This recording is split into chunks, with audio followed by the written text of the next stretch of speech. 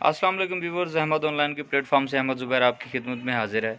Viewers, इस ज़माने में जिसमें हम सांस ले रहे हैं, जी रहे हैं, इस ज़माने में मसरूफ़ियत हर इंसान की इतनी है कि टाइम नहीं होता, हमें अपने कामों से फुर्सत नहीं होती, हमें दुनिया जहान की खबर नहीं होती। तो ऐसे ऐसे ऐसे माहौल में, इस मसरूफ़ियत के माहौल में हमने सोचा कि आपकी मसरूफ़ियत अपनी जगह रहे और हम आपके लिए कोशिश करके हमारे इलाके की जो जो हिडन प्लेसेस हैं वो आपको इस कैमरे की आंख से, इस यूट्यूब चैनल से आपको दिखाएं।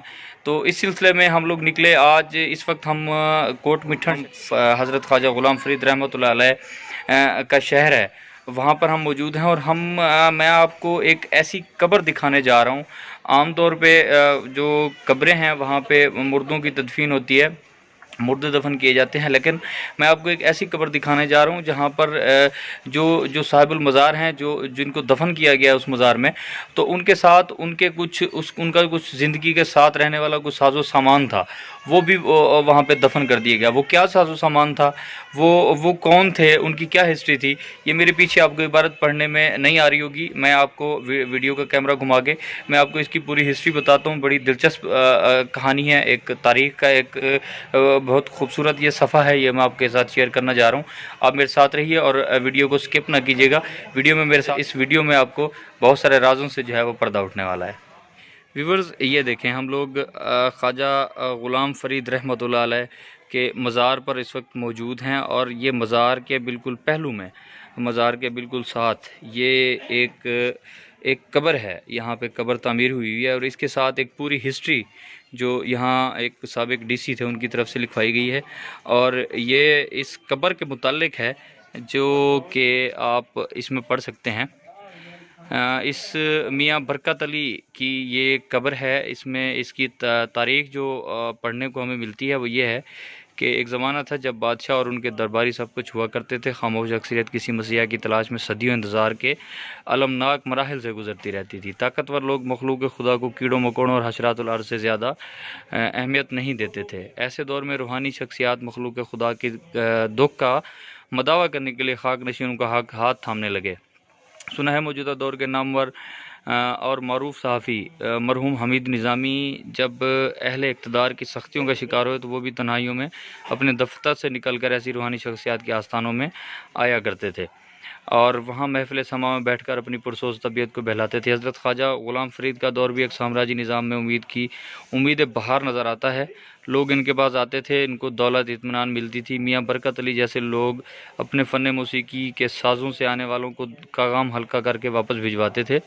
ये बात सब पर आया है कि हज़रत ख्वाजा ग़ुलाम फ़रीद के मशहूर नज़र कवाल मियाँ बरकत अली फ़न मौसीकी में यद तुली रखते थे।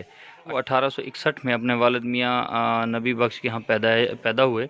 उनकी हिस्ट्री, बाकी तफसीलात लिखी हुई हैं और ये आप पढ़ सकते हैं वीडियो में। मैं आपको दरअसल जो बात बताने जा रहा था वो ख़ास बात ये थी कि हज़रत ख्वाजा ग़ुलाम फ़रीद के जो मंजूर नज़र कवाल थे, उनकी जो ये कब्र है, उनकी वसीयत थी कि जब वो फ़ौत हों तो उनके जो मौसीकी के आलात थे उनको भी उनके साथ जो है यहाँ पर दफन कर दिया जाए। और यहाँ आप आखिर में देख सकते हैं कि मौसीकी के साथ साथ शायरी भी करते थे। उर्दू, फ़ारसी और सराइकी में उन्होंने कसरत से शेर कहे, मगर अफसोस कि उनका कलाम ज़माने के दस्तबर्द से महफूज ना रह सका। अलबत्ता हज़रत ख्वाजा मोइनुद्दीन की वफ़ात पर उन्होंने एक मिर्सा लिखा जो 1 मार्च 1919 को सादिक अल अखबार भावलपुर के एक शुमारे में शाया हुआ, जिसके चंद अशार जो हैं वो आपको यहाँ पढ़ने को मिल जाएंगे। यहाँ जो ख़ास बात है जो मैं आपको दिखाना चाहता था वो ये है कि मियाँ बरकत अली ने 61 बरस की उम्र पाई।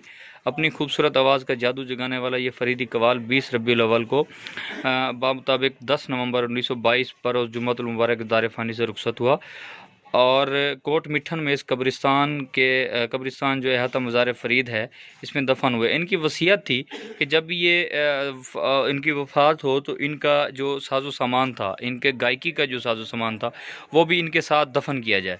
तो ये आप उनकी वसीयत देख सकते हैं कि उनके वसीयत के मुताबिक उनका सितार भी उनके पहलू में दफन किया गया। तो ये वो कब्र है। इस कब्र में ये मियाँ बरकत अली की कब्र है और इसमें उसके साथ साथ उसका फ़न मौसीकी का जो सामान था, साज़ो सामान, वो भी यहाँ पे दफन हुआ है। तो ये हमारी तारीख़ का एक बड़ा पहलू है जो आज तक आप लोगों को नहीं पता चला होगा। दरबार फ़रीद पे आप आते होंगे तो इस जगह का आपको पता नहीं होगा। तो जब भी आप यहाँ आएँ, ये जगह, आप ये कब्र विज़िट कर सकते हैं। और अगली वीडियो तक मैं आपसे इजाज़त चाहूँगा। आखिर में जाते जाते एक ही बात कि हमारे चैनल को सब्सक्राइब करें, ताकि हम आपके लिए ये जो मेहनत कर रहे हैं, ये हमारी मोहब्बतें आप तक पहुंचती रहें और आपकी मोहब्बतें हम तक पहुंचती रहें। अगली वीडियो तक अल्लाह हाफ़िज़।